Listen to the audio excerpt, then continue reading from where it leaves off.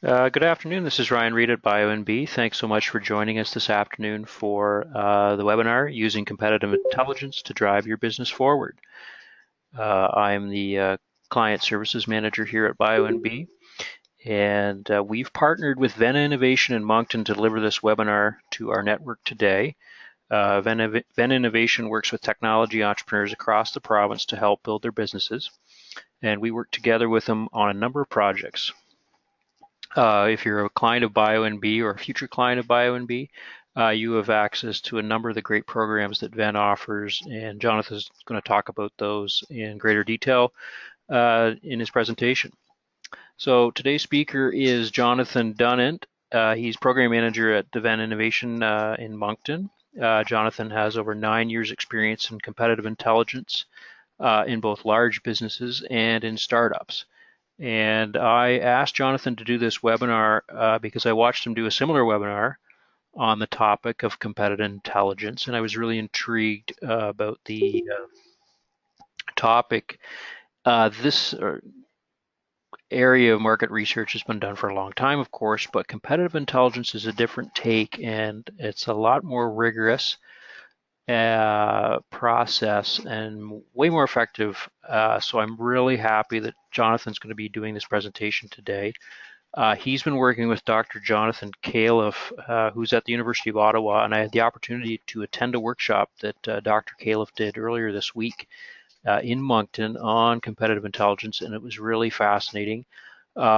Dr. Califf teaches at U of Ottawa, but also at universities around the world, and he's a consultant in this area. So he's brought some really interesting approach to this area of competitive intelligence, which is really important for startups, but also companies that are growing. So the audience at the event was kind of a mix. So I think there's real power in this, and I'm really happy that Jonathan has taken the time out of his schedule to do this. Before I pass it over to Jonathan, I just want to go over a couple housekeeping items. The webinar will be 30 minutes. It's being recorded.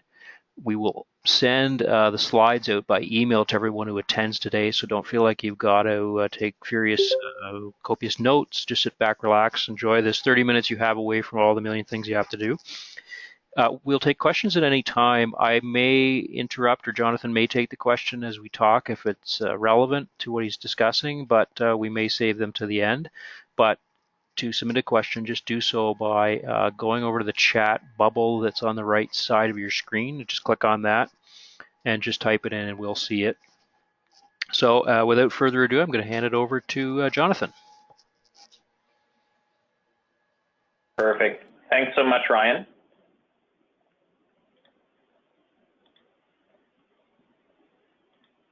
And hopefully technology cooperates. We all good to go on your end, Ryan? We are. If you, yep, perfect. We're ready to go. Perfect. Thank you. All right. So really want to express my appreciation to BioNB for the invitation today to join you all. Happy to be here chatting about this topic. Obviously, as Ryan shared a little bit of my bio, I've got some experience in this realm, so I'm really happy to share my experience and tips and tricks with you all today. So just to jump in a little bit, Ryan mentioned briefly who we are as an organization.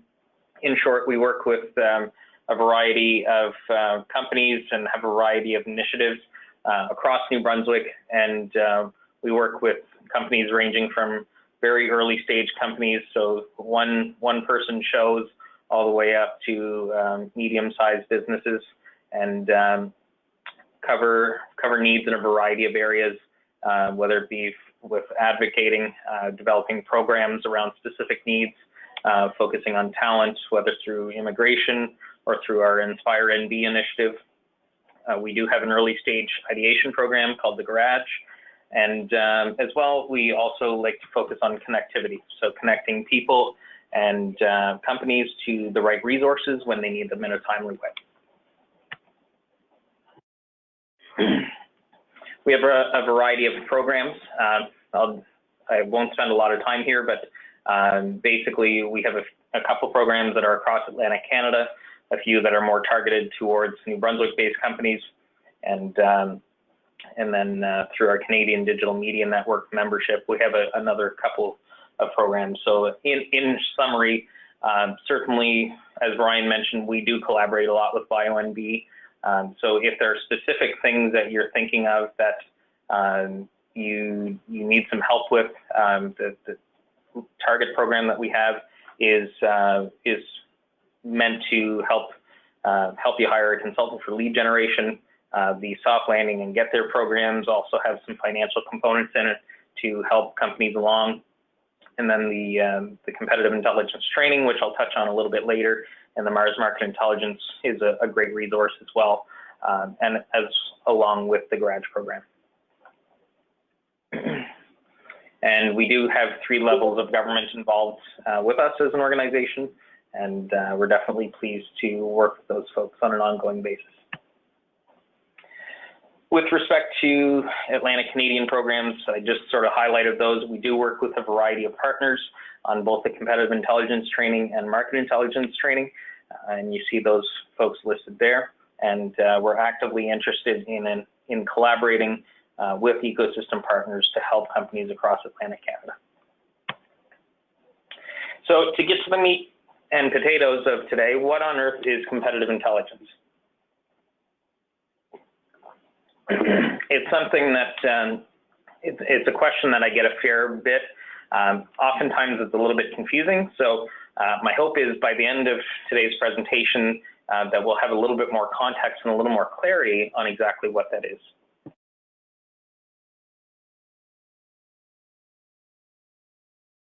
So what does this mean? Well, competitive intelligence, or CI, as you'll sometimes hear it called, is really about taking information that you have, understanding it and putting some context around it, and then applying that to make better business decisions. And put a different way, it's about developing insights that can be on different aspects of your business, but that can relate to customers, markets, competitors, even technology as well. So it's really, again, taking information, making sense of it, and applying that to your business. So sometimes you'll hear a variety of different terms and descriptions around competitive intelligence. And for today's discussion, I'm really going to focus on this term of business insights, because that's ultimately what this is about. It's about generating insights to help propel your business forward. And so ultimately, excuse me.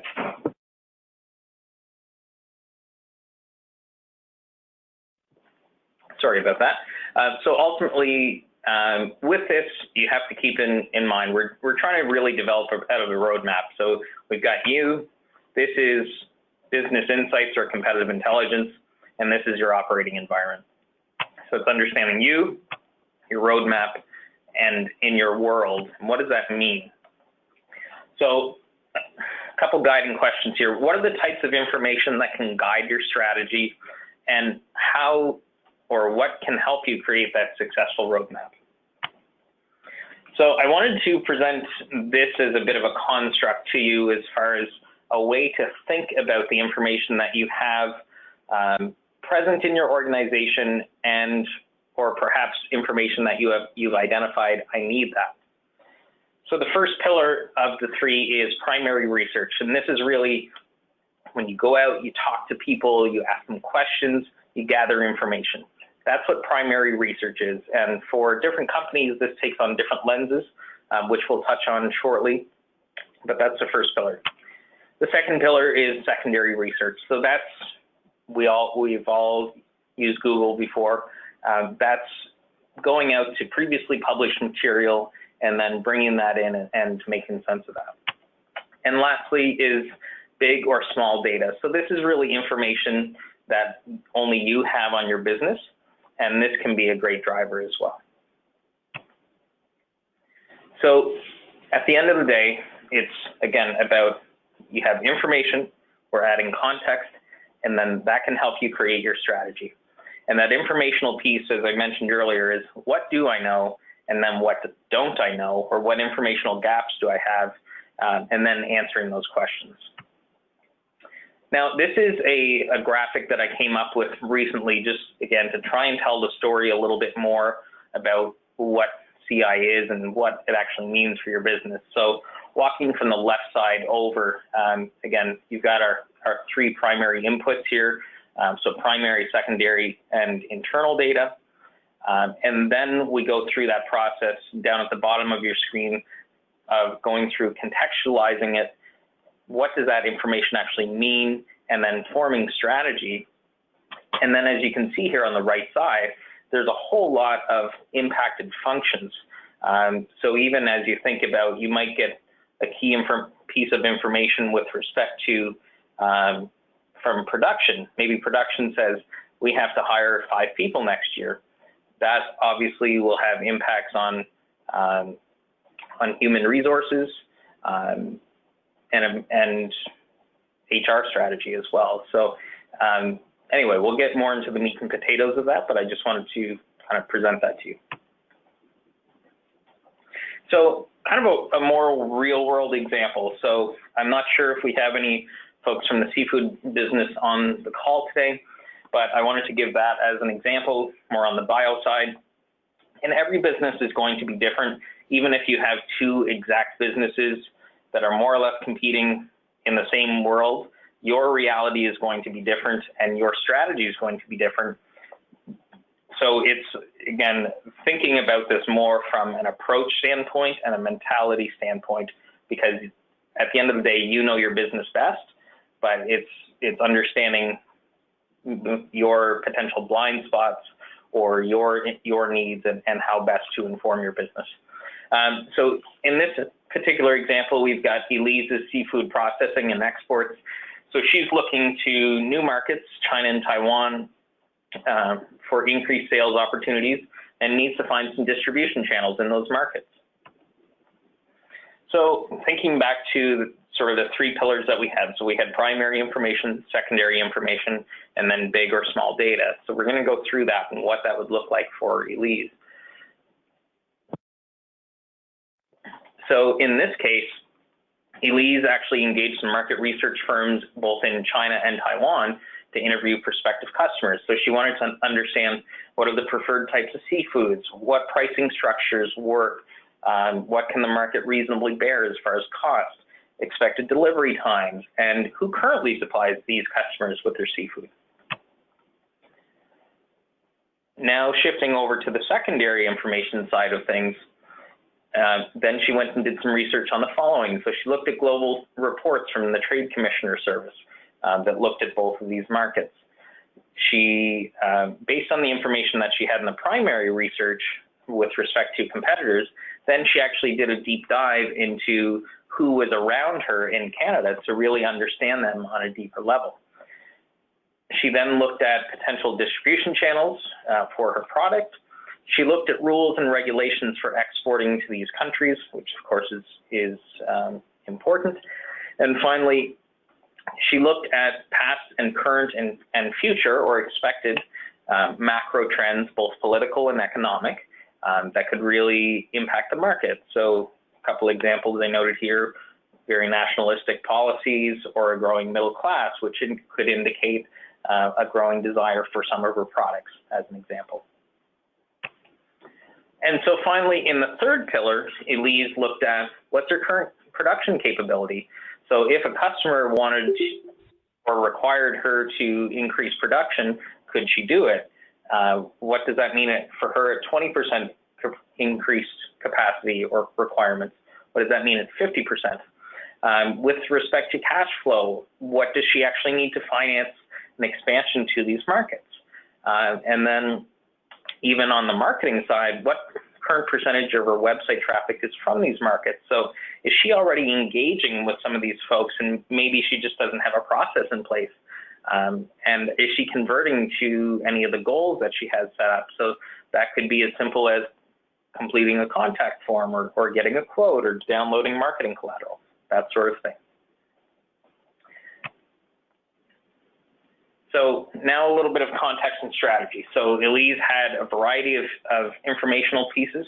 Now she needs to think through it a little bit. And we won't We won't jump into the strategy piece today, obviously, because we don't have time, but just some questions based on that data. So based on that data, does she go to China, Taiwan, both, or neither? Maybe she only goes to one market.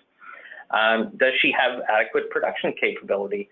Perhaps even she could get product from other folks and then just more or less act as a general contractor potentially. Does she have the right shipping and distribution strategy in place? And also, can she meet customers in a way that meets their cultural needs? And finally, does she have enough capital to cash flow operations? Obviously, this is a very capital intensive sort of business, so that would be a huge consideration. Ryan, how are we doing? Any questions thus far? No, we have no questions, but can I ask you something? Sure. How much, and if you want to answer this at the end, but just came to me, how much competitive intelligence should you do? Like how many interviews? When should you stop reading? When do you know when enough is enough? Are you doing a deep dive and exhaustive stuff, or is there a point? So it's been my experience that, and Jonathan said it very well this week, with competitive intelligence, gathering the data is just one piece, and then analyzing it, understanding it, communicating that. There's a whole process around that. So with respect to collecting data, more is not always more in that situation. What I would suggest to those that are listening today, it's really important to get to a point where you feel that you have the complete picture. So, you know, if we look at this on a scale of 1 to 10, 10 being extreme, you're putting in months and months of research, and 1 being you spend 30 seconds. You want to aim probably to a level of around 6. You want to make sure that it's comprehensive and thorough. And as you combine these different informational sources, particularly on the primary side and the secondary side, you can begin to understand your gaps even. So you might do a bunch of secondary research and then go to the market and understand, okay, I'm tracking pretty well based on my understanding. Great. So that looks good. But again, you have to corroborate your information. So you want to make sure, in summation, you want to make sure that you've got enough, that you feel confident that you've got the full picture, but certainly don't just say, well, I know this, I've been doing it for 30 years anyway, because that can be problematic. Great, thanks. And I just wanted to mention that I think the slide, what I'm seeing is the slides in the when you're presenting on a projector.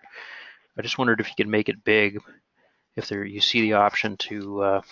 Okay, I'm actually on my screen, just my desktop, but is that any bigger for you? We're back to the slide sorter. Yeah. That's bigger. I think that. Okay. I don't want to. I'll. Yeah, go with that.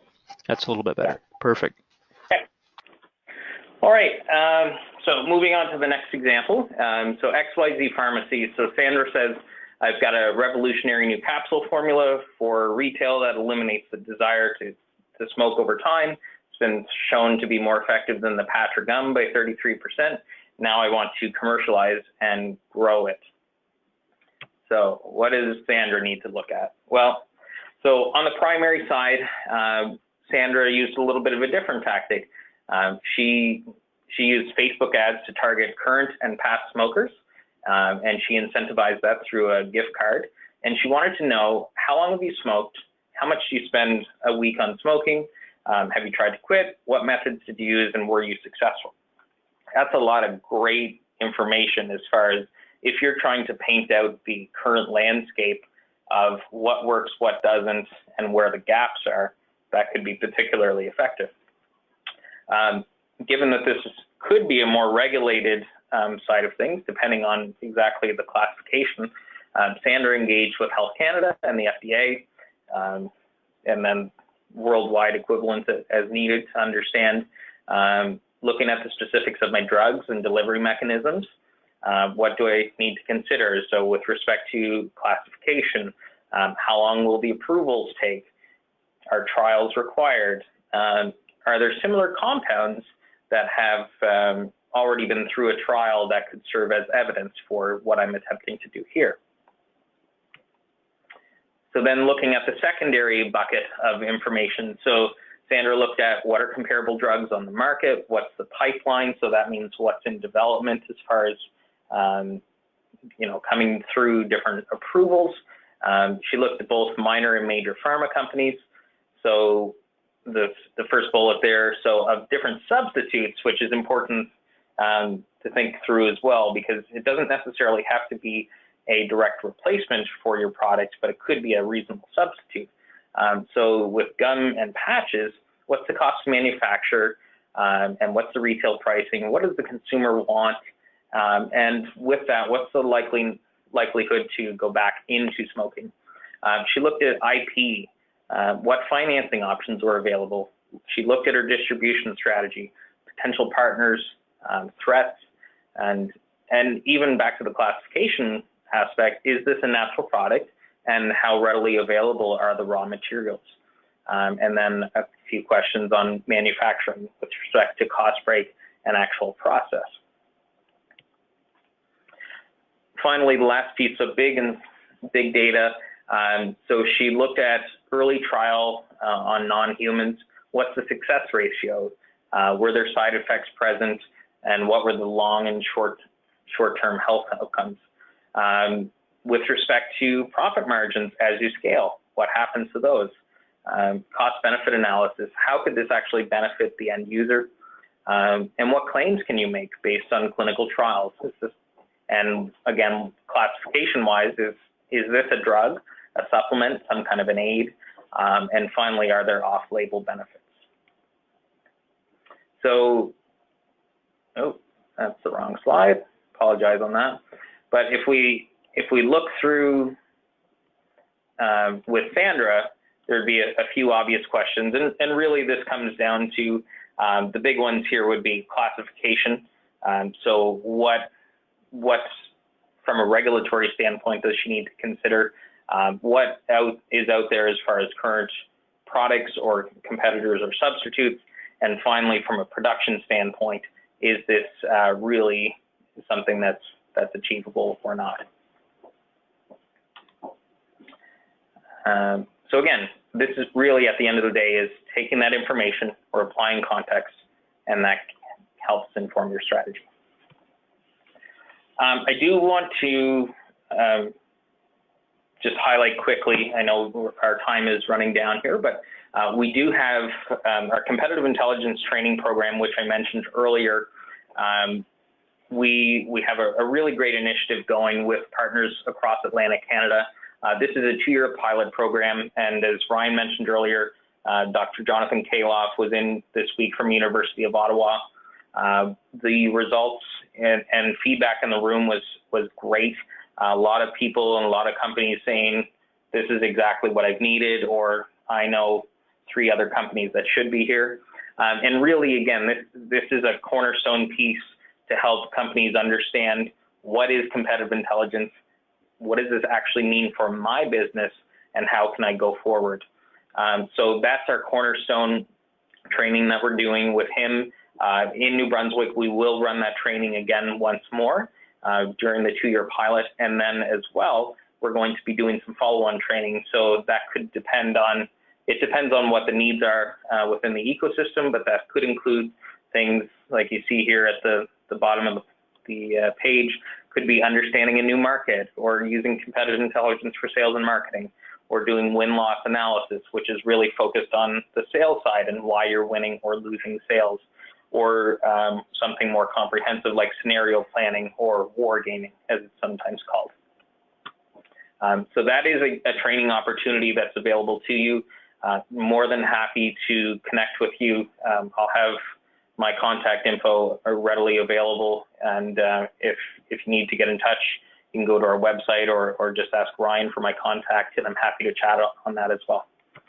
One additional resource that I wanted to highlight before we're all done today when we think about that secondary informational source, this is a great resource that we have available for companies that fall into the a few different buckets, but mostly tech and innovation.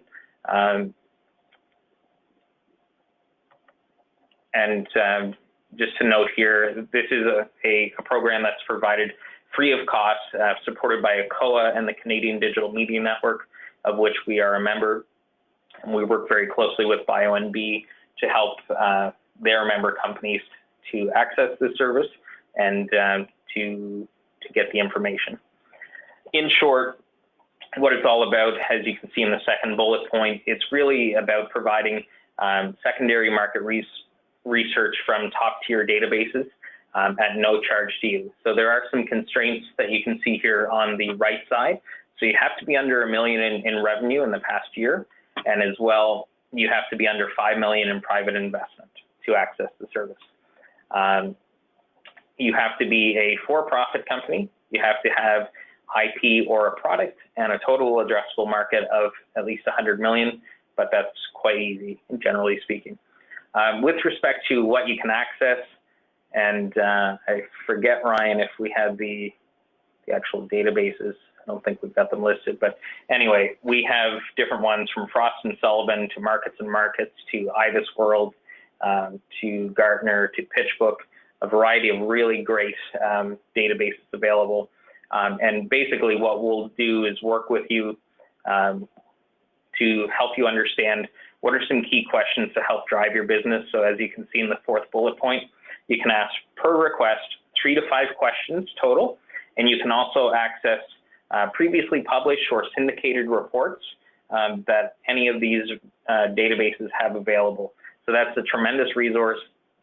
Oftentimes people that use this program, they get value of anywhere from $10,000 up to around $130,000 worth, totally free of cost.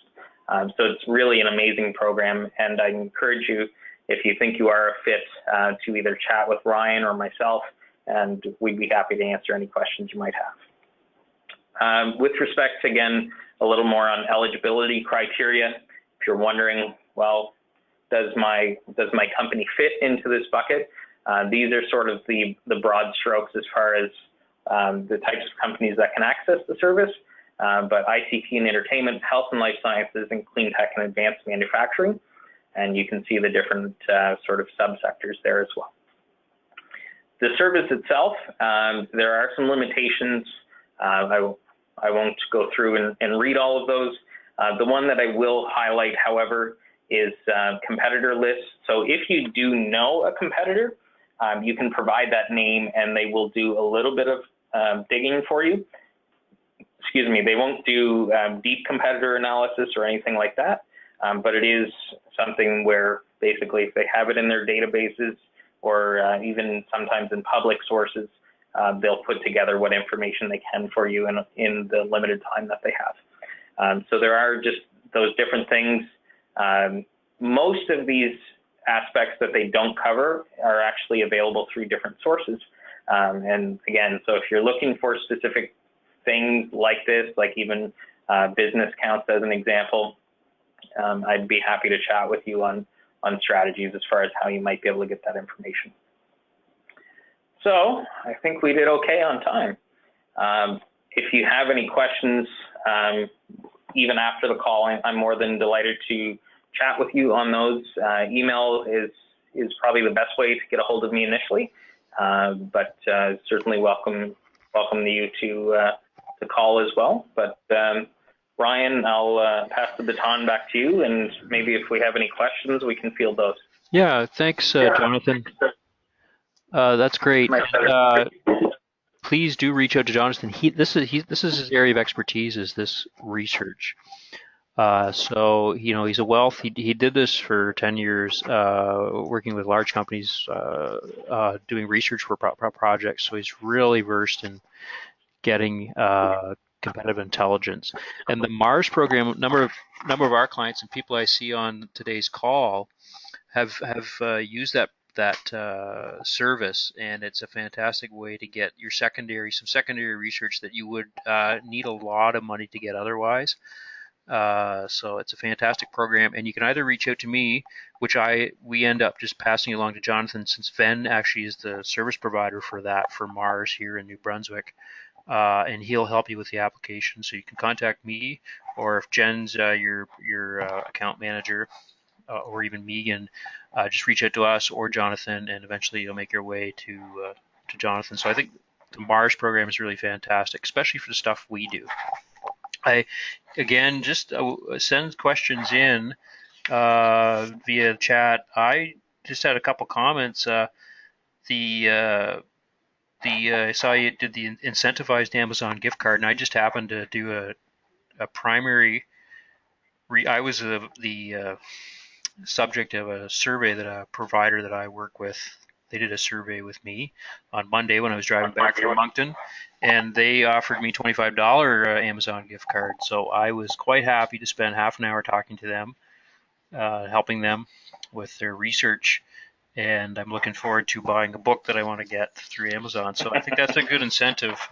I've used water, done intercept surveys. We did water, and we've done, for us, Tim Hortons and Starbucks gift cards. But what is your, just on that, is there too much, does that skew what you're wanting to find out by offering incentive, or does it not matter? With respect to if you offer them an incentive, does that skew your data? Yeah. So my general feel on that is you're going to, statistically, you want to make sure, and this is where, particularly with research methods, you want to make sure that you have a survey that's set up well for success, because it can be easy just to get very poor data. So even out of the gate, gift card or no gift card, you want to design your survey well, because, and to answer your point, if you offer a gift card, the thing that you'll want to look for are statistical outliers. So if within your data set, once you go back through and do the analysis after the fact, if you notice that there are some extreme outliers, particularly if you're using more of a Likert scale or those sorts of mechanisms whereby you're measuring from 1 to 7, and you notice that things are a little bit out of whack, then you can drop off the numbers. I will say, as a consumer, I'm generally more incentivized to go through and actually give good and proper responses to something like that versus I spoke with a startup recently who had actually used Google surveys, which are those annoying little things that when you're trying to get behind a paywall to ordinarily a news site, it'll say, hey, did you buy toothpaste in the last 12 months? Yes. Do you plan to buy toothpaste in the next 6 months? Yes. And if so, what brand? For me as a consumer, I'm just clicking because I want to get to the content. So it's about understanding what can help move people in the proper way. And again, you have to sometimes, you have to corroborate your information. Surveys aren't always the best route to go, depending on what it is that you're trying to find out. Maybe for your particular need, maybe it's more about bringing in a focus group, as an example. I think to bring it home, it's not always a bad thing. Make sure that you set up your survey, if you're going that route, for statistical relevance and correctness, and but definitely corroborate that information with other information. If you had to pick between primary, secondary, or internal or big data, and you could only, you were limited by time or money or whatever, what is there one that's better than others if you had to pick one? I think when you're trying to actually inform a proper business strategy, I think you've got to look at all three.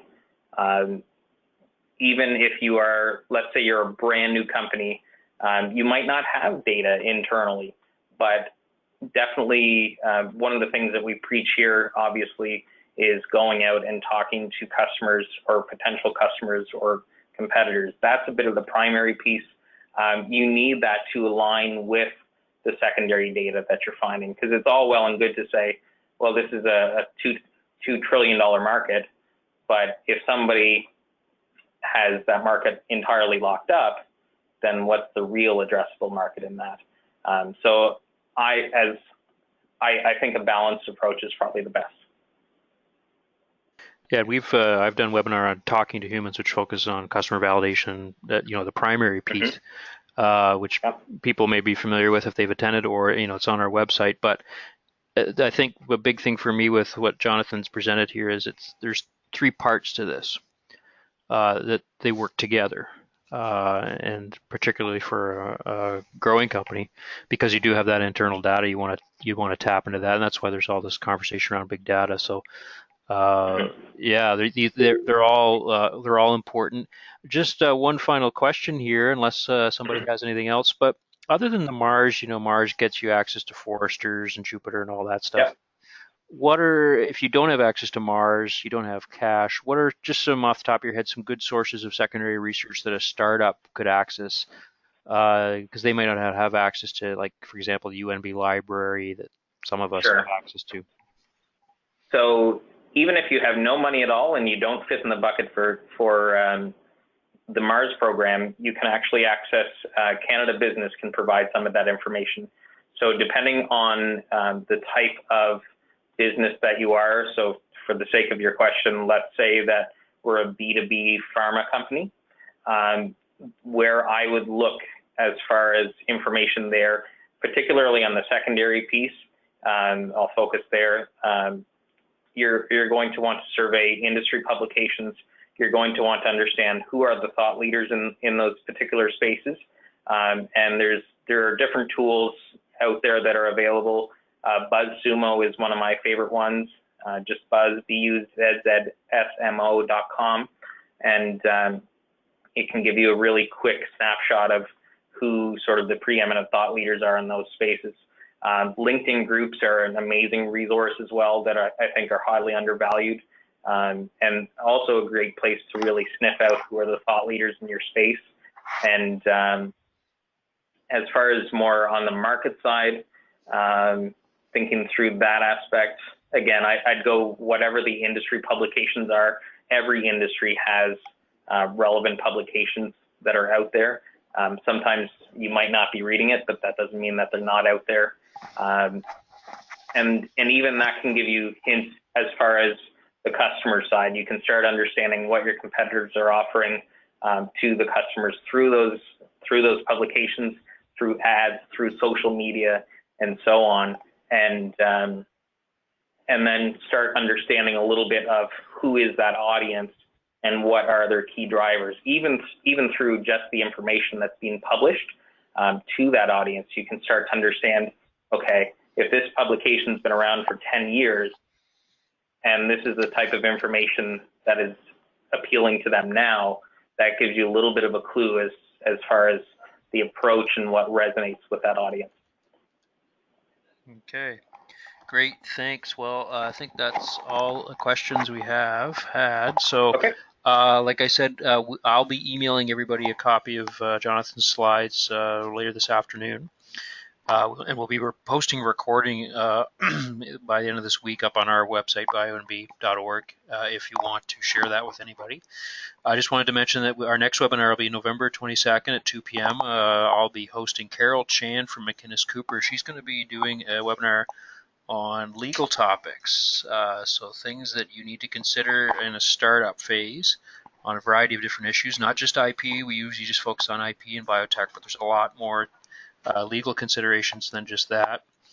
So I'm looking forward to have Carol, and Megan Seagrave, our executive director, will be doing a clean tech 101 webinar to explain the wonderful world of clean tech in early December. So that's going to be interesting. I think we're going to get a lot of people out for that one. So look for emails from us about that to register. And I want to thank Jonathan from Venn Innovation again for taking the time to present. And if you have any questions for Jonathan after this, just feel free to contact him with his by email or telephone. That'll be in your slide deck and on the screen. So thanks so much, Jonathan. I appreciate it. No, my pleasure. And again, every company is different, so I'm more than happy to contribute thoughts and strategies to companies as they need it. All right, great. Thanks, everyone. Thanks for your time this afternoon. Have a good rest of the day. Thank you.